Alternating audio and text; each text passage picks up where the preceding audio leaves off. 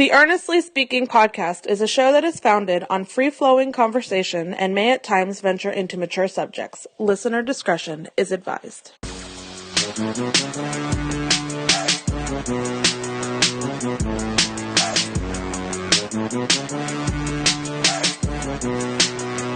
to this Earnestly Speaking podcast. I'm your host, Ernest E.J. Christian, coming to you on a somewhat cloudy but decent first afternoon here in South Florida on the line. You know, it's football season, which means it's time for us to get report. It's the preseason edition of the Speaking Report with our guy, Kyle effing Nash. Kyle, what's up? Hey, I gotta be honest. I mean, I know the weather thing is what you do, but I'm surprised the weather's so good there because you called from a storm. You about to get the whirlwind in the beginning of the game, baby. That's, well, you put it that way. Oh, nice. God. I guess it's a thing. I mean, the weather's part of our lives now. It impacts what I do, anything. So, I mean, shit, fucking just tell the folks, hey, listen. Oh, well, that's good. Yeah, no, that's your signature at this point. Yeah, like if you did anything else, I mean, like, but what's the weather like? Well, I'll tell you what. Some of our listeners that live outside the state of Florida. Now you're obviously in Florida too, but you're in Central Florida. I'm in South Florida. You know, some listeners to this podcast will say, like, you know, are you bragging? Are you just like talking shit because like you live in Florida and it's hot, and meanwhile in December it's freezing ass cold in New York or wherever the hell it may be? I'm like, no, I'm just giving folks the atmosphere where I'm into right now. That's all. I'm not trying to brag. Sorry, so, wink, wink. For all the folks that heard that, that's a lie. He is talking shit on all y'all. Damn, dude. Blow my cover. I outed you like I don't know, something that gets outed? Whatever. I outed you like Clay Aiken did on American Idol. Boom. There you go. Ooh, no. Okay, moving on. Clay Aiken. Clay Aiken? Dude, we've been doing this podcast for over 5 years. You've never mentioned the name Clay Aiken.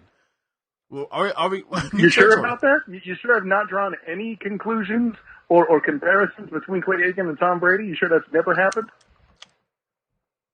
The closest thing to Clay Aiken, really, for me, is that my sister was on American Idol for the first year. Clay Aiken was season 2, I believe, right? 2, yeah. Because that's the year Ruben won, yeah. So, and he was a runner-up. That's the only correlation I have of Clay Aiken, really. That's about it. I know he became a politician, and then he came out the closet. That's all I know. He did? A politician? Yeah. No, not the closet. That's what the politician thing. I didn't know he was a politician. No, he ran as a candidate. I don't remember if he won or not. No, obviously didn't win because he hasn't done anything since on that front. Whatever. I would have known about that. I mean, I'm pretty well schooled in pop culture. I mean, that would be if that's what you want to call American Idol, but okay, cool. No. The only reason I know about American Idol is because my sister was the top 6 in the first season. That's it. Otherwise, I don't care. You didn't know this? And you know what? I got no problem with you bragging on your sister, man. So you do the damn thing. Right? That's where it ends for me personally. I mean, she did top 6, and that's it. Cool, awesome. You know, and dude, respect. I ain't dissing it. Whatever. No, I dig it. Mm-hmm. Anyway, are you? I mean, we're 14 days away from the first game of the year. Are you in the football mood yet? Are you still? It's still a little bit rust. I remember we did a podcast last month, and it was like, am I in the football mood yet, bro? I've written 2 preseason games. I'm writing a third one tonight. After later on this Thursday recording, and I've been to UCF practices with their first presser to drop on for me to drop on Saturday to pick up my credentials. If I'm not in a football mood, I need my head examined. I agree. I need my head examined though. I'm getting there, but I'll be honest with you. I might have watched maybe 10 minutes of preseason football so far. Well, and listen, I know the reason for that is because your love in life is aging and he's becoming boring to you, and then your secondary side piece, the Giants, they're going to be awful too. So really, you have no good options. Well, they're going to be awful, but they're going to be interesting at least. Though, like it's one thing to be awful and not be interesting, but at least to have something to watch. Yeah, you have to watch the quarterback situation. Obviously Eli is probably going to be his last year in New York, in my opinion. The Daniel Jones thing, will he work out so far through like 8 different passes he's thrown? I guess he's looked pretty decent, but again, this is preseason. 8 different passes. I'm not going to judge there, but it's something to watch. So first of all, they're only interesting because Baker Mayfield talked about him and being allegedly misquoted. If you want awful and interesting, sir, I take you out to Oakland/Vegas. I'm just saying. Are you watching Hard Knocks? Not this particular season as yet, no, because parent life and the 12-week-old boy that I have at home. But I'm sure there's some entertaining moments in it. Are you going to watch it? Are you planning on watching it? If I can find the time, I will. But I mean, honestly, by the time I'm going to get freed up, preseason will be over and spoilers will be sitting already. I'm just saying. I mean, I'm only asking because, like, you know, I haven't watched Hard Knocks since probably the Dolphins in 2012. Yeah, that's the last time I watched it real hard too. Was that I watched last year a little bit because it was the Browns, Baker Mayfield, and I watched a couple episodes here and there. But beyond that, I haven't felt. I guess more than anything else, I need a reason to watch. Like, it's not like I don't like the show, but the last maybe 5-6 years, I haven't really felt motivated to watch it because the teams they've profiled, whatever. What turned me off of it is when they went to Houston and like I'm watching it and I'm having an opportunity to get all the J.J. Watt love that I can, and they still found a way to make it boring. So that kind of turned me off. Well, there you go. We know how big a man crush you have with J.J. Watt, of course. Yep. This is podcast last 5-6 years with the Southern Game Report. Yes, that's Tom Brady's mine. Yours is J.J. Watt. Well, I'll say Russell Wilson's mine, but whatever. You say much better as an individual talent at his position than Brady ever will be.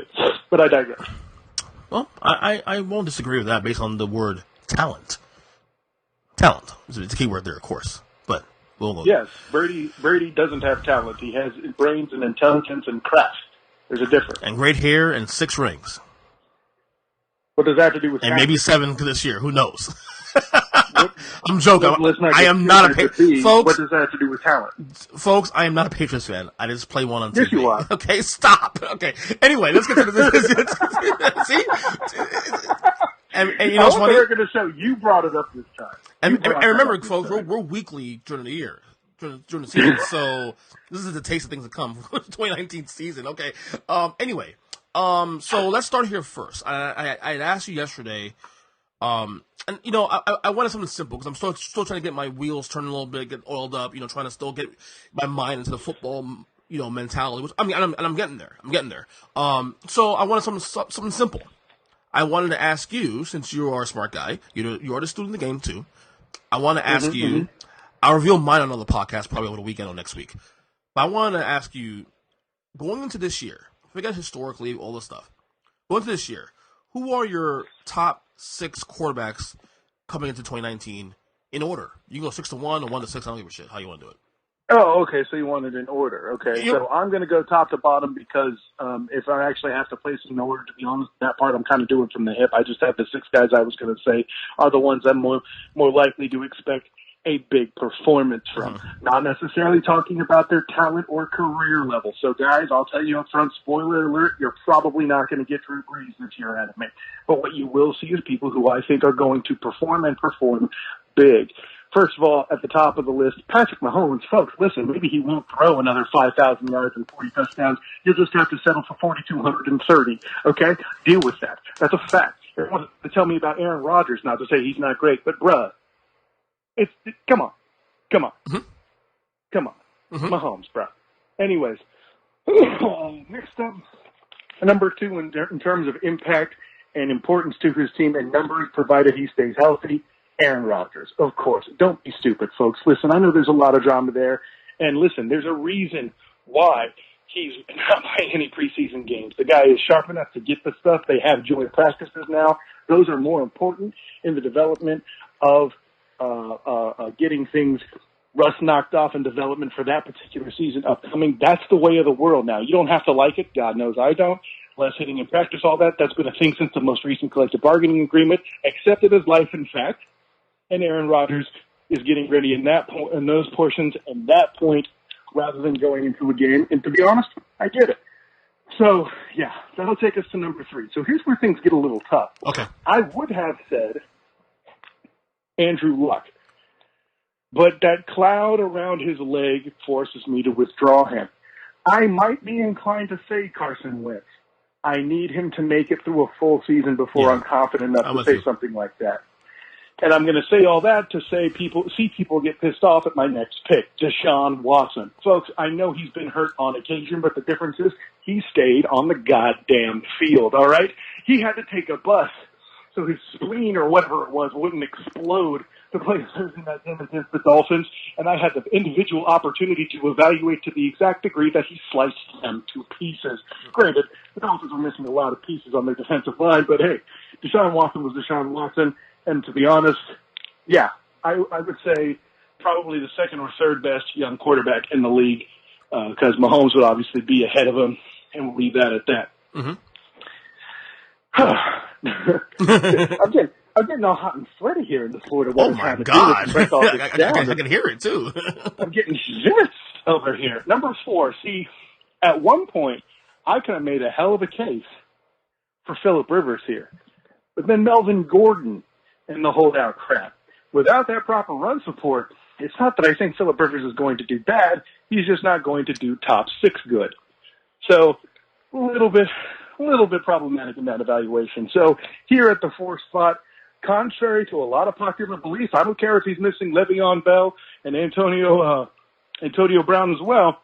I got Roethlisberger at 4. Old man Roethlisberger is going to have his last good year this year. If he even does play next year, right, he's not going to be good.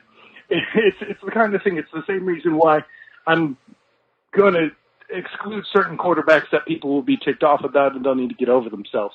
But yeah, I got Roethlisberger at 4. Right. I'm going to leave all that right there. I'll tell you what, though, quick though, to comment on Big Ben real quick.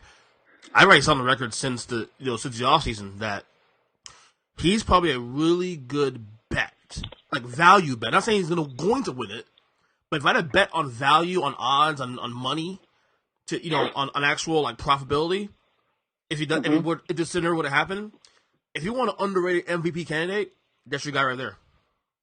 Oh, a dark horse MVP? Yeah, I'm Absolutely. behind that. I mean, listen, let's evaluate that. Let's evaluate that division, shall we? Who has the most explosive offense? No, I don't mean somebody who has a lot of movement. I mean explosive offense, as in the biggest potential week in and week out to put 40 points up on you. It's the Steelers, and that's after they lost their 2 best weapons, arguably, in the skill position set on offense. And why is that? Old man Roethlisberger. Exactly. Know your role, bitches. Exactly. Know your role. Mm-hmm. Yep. So, well, I wasn't even ready to give that breakdown, but it still sounded great, didn't it? Yeah, it's anyway. great. Again, we're getting ready for the season. We're just dusting off all the rust. Oh, that's a nice explanation. It's much better than #talent. Anyway, that's true. That's true. Yeah. But anyways, even talent needs to be woven a little bit sometimes. You know that. Absolutely. Exactly. I'm not going to argue with that. But listen, and we'll take it to the next one. And Ernest Julius Christian will not know what to do after this.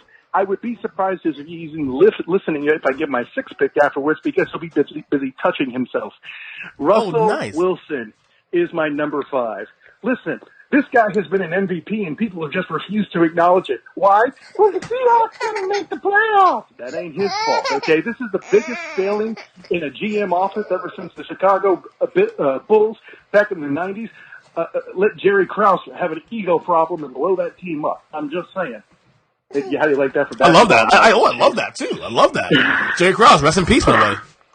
Like, you're just beyond satisfied in this segment, aren't you? Yeah, dude, I'm impressed. Like, for a little bit of rust here, you're getting on all cylinders here. Especially some Jerry Krause thing? Wow. So, here comes your happy ending, Chief. Number 6. Eli Manning? I would say, that's cute. That's a joke. No, Geno Smith. Anyways. Geno Smith? Good Lord. Yeah. Anyway, so for number 6, I mentioned that I was going to exclude an aged quarterback that would piss people off. You probably thought it would be Tom Brady. Shut up, Ernest Christian. I'm not that big an a-hole. Number 6, Tom Brady. He's going to have the biggest impact on the team, and it also helps that you're playing 3 of the garbage teams in the league twice.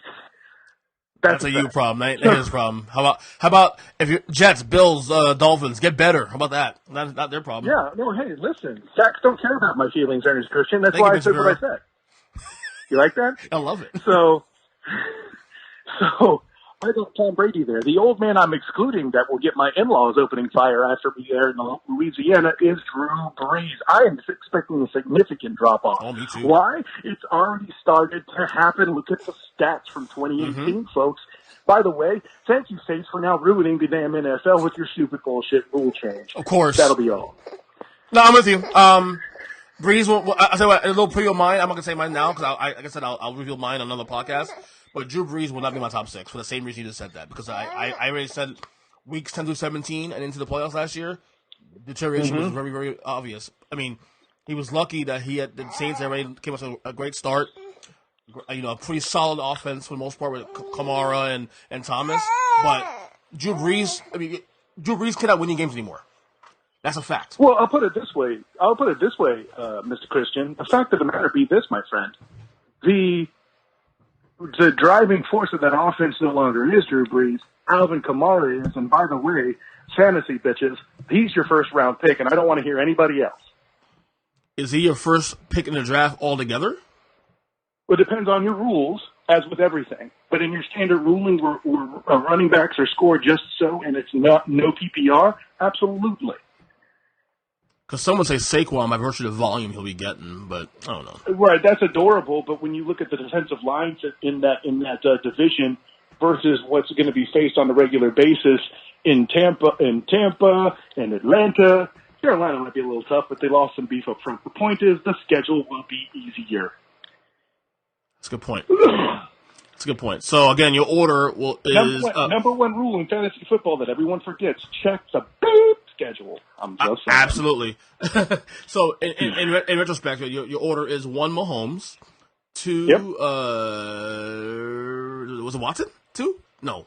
Rodgers 2, Watson 3, 4 was Roethlisberger.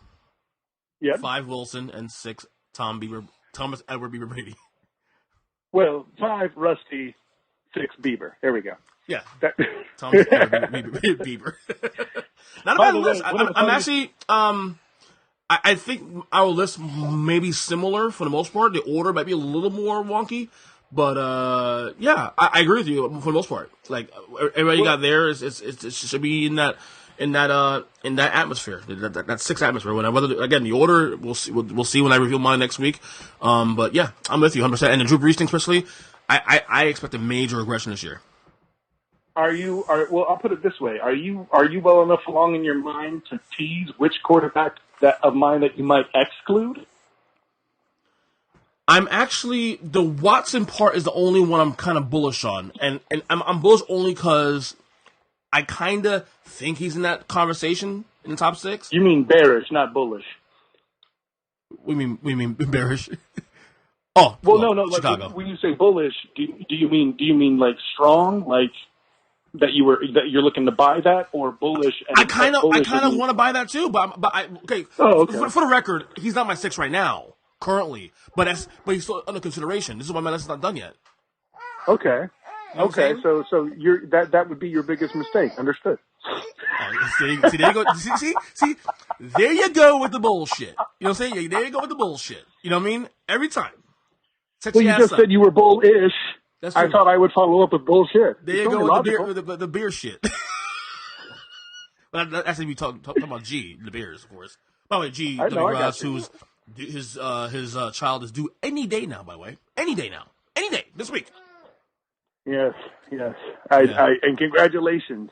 Yeah, I keep texting him. I text him every day. Like, baby yet? No. So. Well, see, here's the reason why I'm not going to ask. Because I'm looking for the day I get the wittiest damn "he's here" tweet, or no, "she's here" tweet, beg your pardon, of all time. It's going to come from that account. You think it's a girl or boy? What do you think? I think it's a girl. Me too. I think it's a girl also. Because that girl will straighten his ass up real quick. Just saying. I'm not even touching that. Let's move on. I'm just saying. Let's move on. Okay, let's move on because we have all day to get on G once the baby's born. Where do you stand on the Antonio Brown saga in terms of the helmet situation and everything in general? Like this guy, look, there's no question he's a top 3 receiver in the league. Probably number 1. I mean, you can argue that based on production, but you know, I gotta be honest with you, like, every day when you hear another story about Antonio Brown, whether it's the helmet, whether it's, the stuff with the cryotherapy in his foot. By the way, that was disgusting when I saw that. Yeah. I mean, like, if I'm the Rooney family, I'm the Steelers, I'm like, he's really good, but I'm really glad we traded him. Honestly. Yeah, it certainly provides a lot of evidence in that direction, right? I mean, like, oh man, Brown left it. You know what? We got the quieter receiver by comparison that levels linebackers in his spare time when he's blocking away from the ball. You know what? I'm gonna be okay. Mm-hmm. Yeah. As far as the helmet thing, listen, man. There are certain things where I'm always going to side with the players, right? Try to get your money, and if something's wrong with your equipment, make noise about it. I'm not going to have any problem with any of that. Even if you think it's not legit, prove it in the proverbial court of law and all that other stuff. What I have a problem with is the circumstances behind his foot injury. That was just plain stupid. Mm-hmm. And now you might even possibly miss preseason time to get acquainted with the playbook. You might even possibly miss, worst case scenario, maybe even a week of play. And you're the feature cog in that wheel in the Raiders offense. Yeah, no, sorry. Yeah. And not only that, I don't think you're going to get a better Antonio Brown than you are now. Like, I think he's peaked. He might still be a top 3 receiver in the league, even this year, but I don't think they're getting better than what he's been in the past. And therefore... Okay. Now I'm going to have to throw the Mahomes defense at you. Okay, so instead of what he's done in the past, like, what was it? Our good friend Jason Thurman, the sports prophet himself, said, I don't think Mahomes will throw 5,000 yards this year and 50 touchdowns.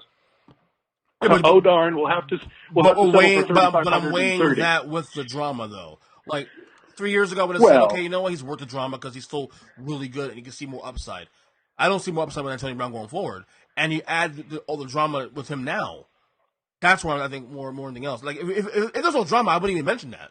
But the drama, right, the baggage that comes along with it now, I don't know what's worth it for the Raiders, honestly. No, you're thinking too small. Listen, the drama is what's going to sell tickets in Vegas next year. Yeah, you got a good point there. I'm talking more football terms. Maybe, you got it. You got me there. Hey, I'll listen, admit. bro. Big picture. Big picture. Like you wouldn't draft Brown in the first 3 or 4 rounds of your fantasy draft. I'm just saying. Well, I mean, yeah, I guess so. He is 31 years old, right? I don't remember. He's W30. I know that for a fact. So there you go. Okay, so all right, moving on. All right, more drama. Dallas Cowboys. You have the Ezekiel Elliott holdout. You have Jerry Jones trolling him through the media. Complimenting the the new running back that's been playing. I don't know his name because I've been watching preseason football, so whatever. Basically, complimenting the new running back who's been playing very well so far. And Zeke has been getting mad, of course, but of course that's typical of players are young who are dramatic. And then now you have the Dak Prescott situation with the contract and the stalemate. And like he allegedly wants $40 million a year. Jerry Jones and the company says, "You're right, ain't happening, this and that," and we're at a stalemate. This is important because Dallas, you look at the NFC, like obviously, like everybody's talking about the NFC being better than the AFC, and while that case can be made, Dallas is one of those teams that can change the fortunes of a lot of teams in the NFC if things are their way in terms of if they have all the players in camp and whatnot, And to me, this is big. Like I think right now in the short term, Zeke holds all the cards. I think Zeke actually has more leverage than people give him credit for. I think you're out of your gourd. I think you're precisely high. Why? And to have seen the events of 2018 with what happened with Le'Veon Bell to still have this take proves just how much basketball you were watching, and it's entirely too much. No. Listen, man. Go ahead. Listen, so he's already got a number of off-the-field issues that people just have forgotten about because it's in a different cycle, okay? You can't leave that part out. The Cowboys are a different team with an O-line that wasn't what it was when Zeke first started as a player. And then everybody seems to have suspiciously forgotten that after the first 6 games, Amari Cooper still became the leading receiver in yards for that team. and he spotted everybody else 6 games.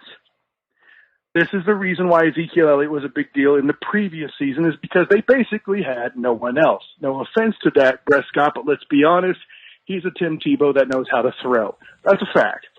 Okay? Now, I didn't say he could throw great. Are we on the same page? Wait. Because I sense that you're agreeing with me, because I was talking about Ezekiel Elliott, not Dak Prescott. You mentioned both.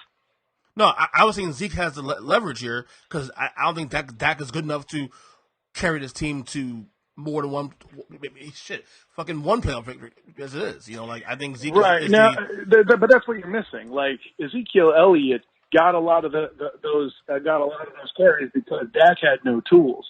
And say what you will about Dak, you can say that he's Tebow who throws, just as I did. Mm-hmm. That's fine, but he's in a situation where the Cowboys are in the face of a closing window, and they got to make a choice to try to keep it open as long as they can. And the way to do that is to get more tools rather than relying on a position that's dying in the NFL. Listen, I'm not fond of the fact that the running back is so much less a factor in today's NFL.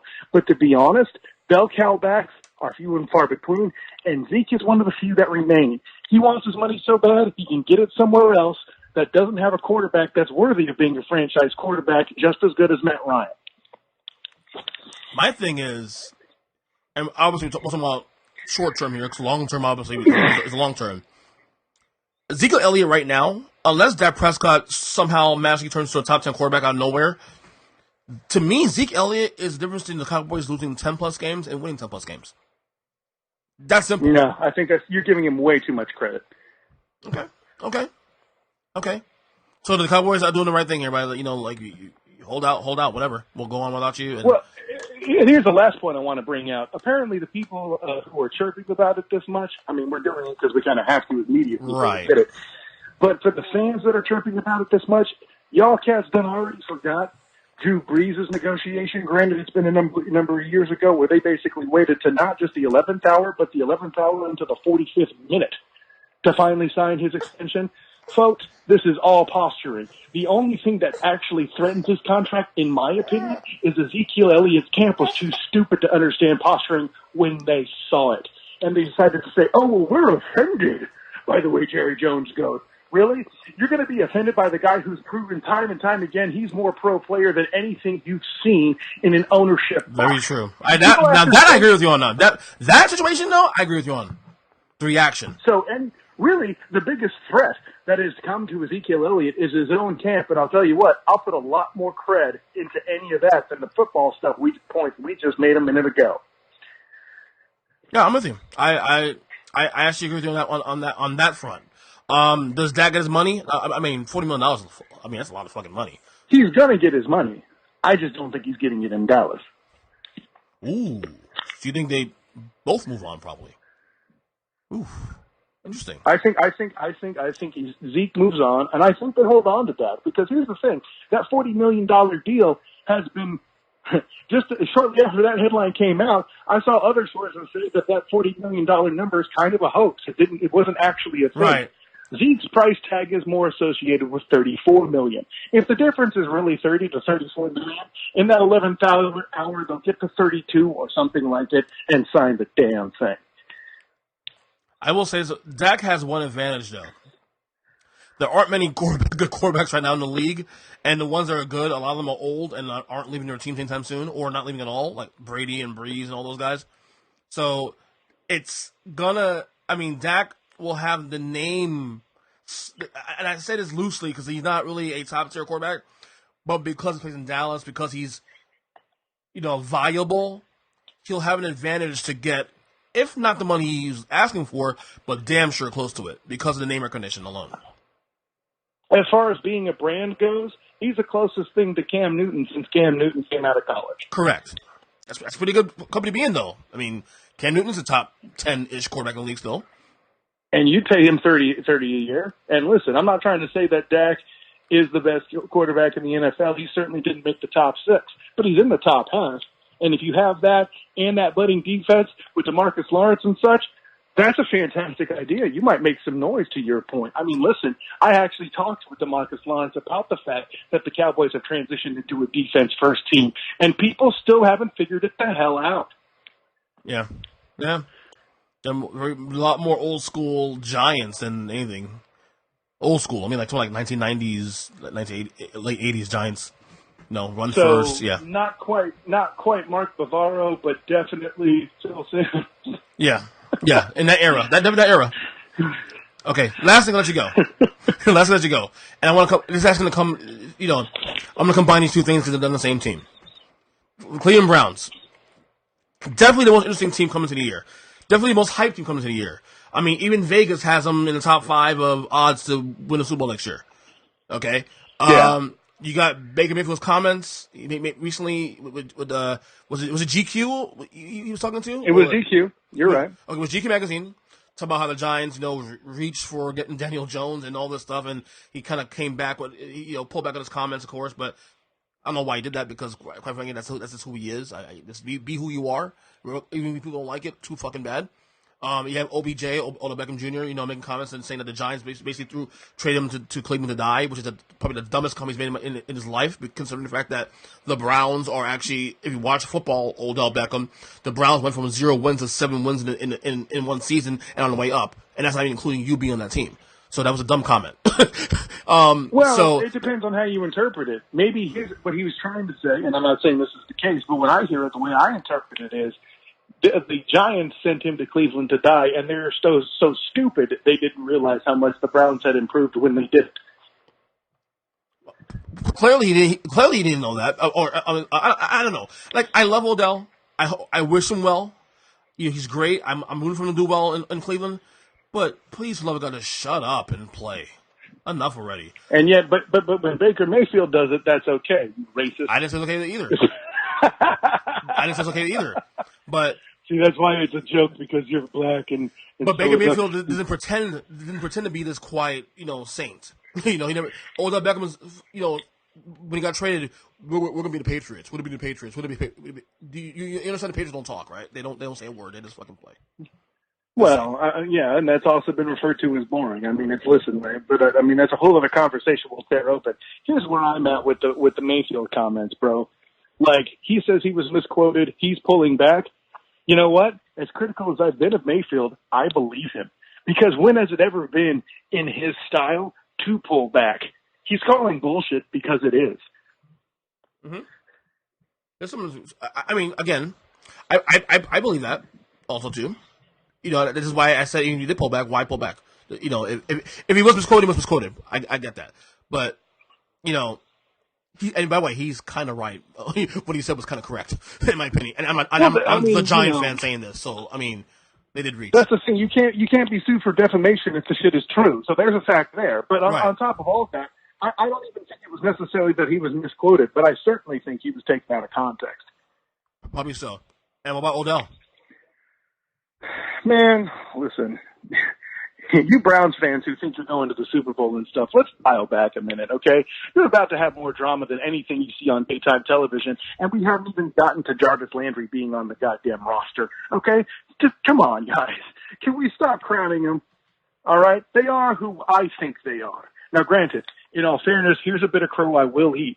That schedule the Browns have, incredibly friendly. I just analyzed it with my dad the other day because somehow or another, as much as my dad hates players that are talented and tries to misquote me on stuff I do as a student of the game, the dude loves Baker Mayfield, and I still don't understand why. I think it's because he believes Baker is misunderstood with the crotch grab situation and what caused it, but that's a whole other topic. I'm not here to talk about Baker's crotch. What I am here to talk about is that schedule. When I analyze it, there's a chance, especially if the Steelers and Browns are fighting for this division as closely as I think they are, that if Baker Mayfield starts in Week 17, which I believe he will because he'll be competing for the division against the Steelers, they're going to go 12-4.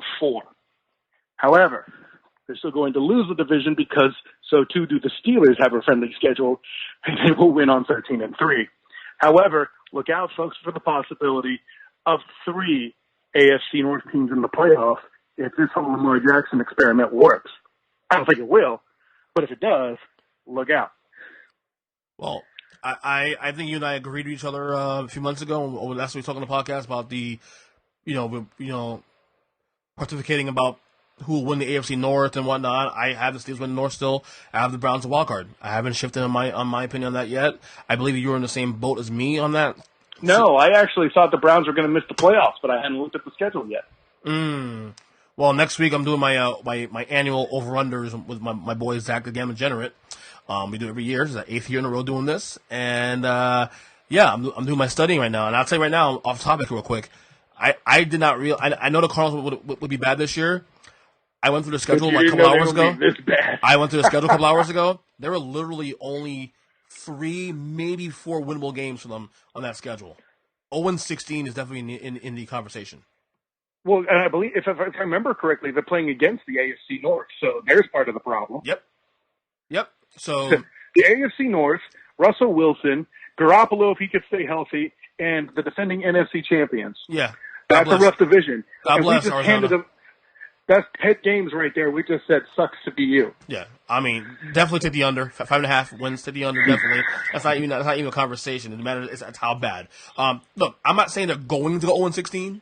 I'm just saying that looking at schedule, it's very viable. I mean, they probably go 2-14, something closer to that, 3-13 like they did last year. But 0-16 is not far out of the question, though. It is not, because those games, most of those games also they got to play that's easier, quote unquote, on the road. So, I mean, like at the Giants, for example. So, then again, that could be the one win of the year. So, wow.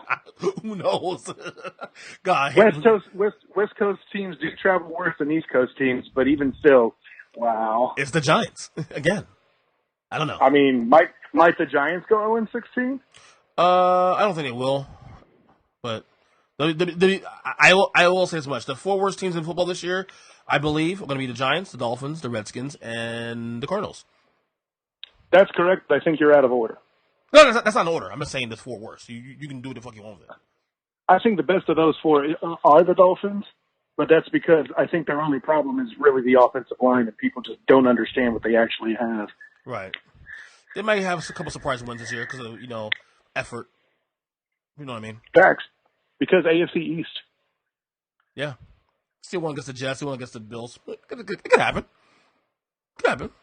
So. Hey, man, I predicted 2-4 in the division last year for them, and then they pulled that miracle crap. So there you go. There you go. Anyway, Kyle, it was fun as always. Anything to promote here? Because we're getting close to that time of year where we go every week, hopefully. If the schedule permits it this year, we'll continue doing that. Anything to promote? Well, first of all, of course, you could check out my Twitter account, BSOTG. Instagram is the same, BSOTG. Check me out on Facebook as the Student of the Game. And check out Hilarity by Default on YouTube. That's a good time all the way around. If you didn't know, you better ask somebody, or how about you just subscribe and get your notifications in? There's that. Then as well, look out for my new podcast coming soon, where I try to find a member of the media for the opposing team that the UCF Knights are going to face. As on Sports Media Pass, I can still continue to cover that beat. Night Class is in session. That's the name of the show, Night Class? Yep, KNIGHT, because clever puns. It certainly beats anything that's so Christian. So, wow. Yeah, that's right. Went after the name of your show again. Yeah. I mean, maybe if you premiered it, I'd have more respect for you, but... I already have 3 shows ready, but what are you talking about? Yeah. But look out for Night Class coming up. And I'm just called Night Court. Night Court. No, well, that would be basketball. And use the theme song of the old show. Oh, great. So now he wants me to get demonetized, too. Thanks, EJ. Anyways.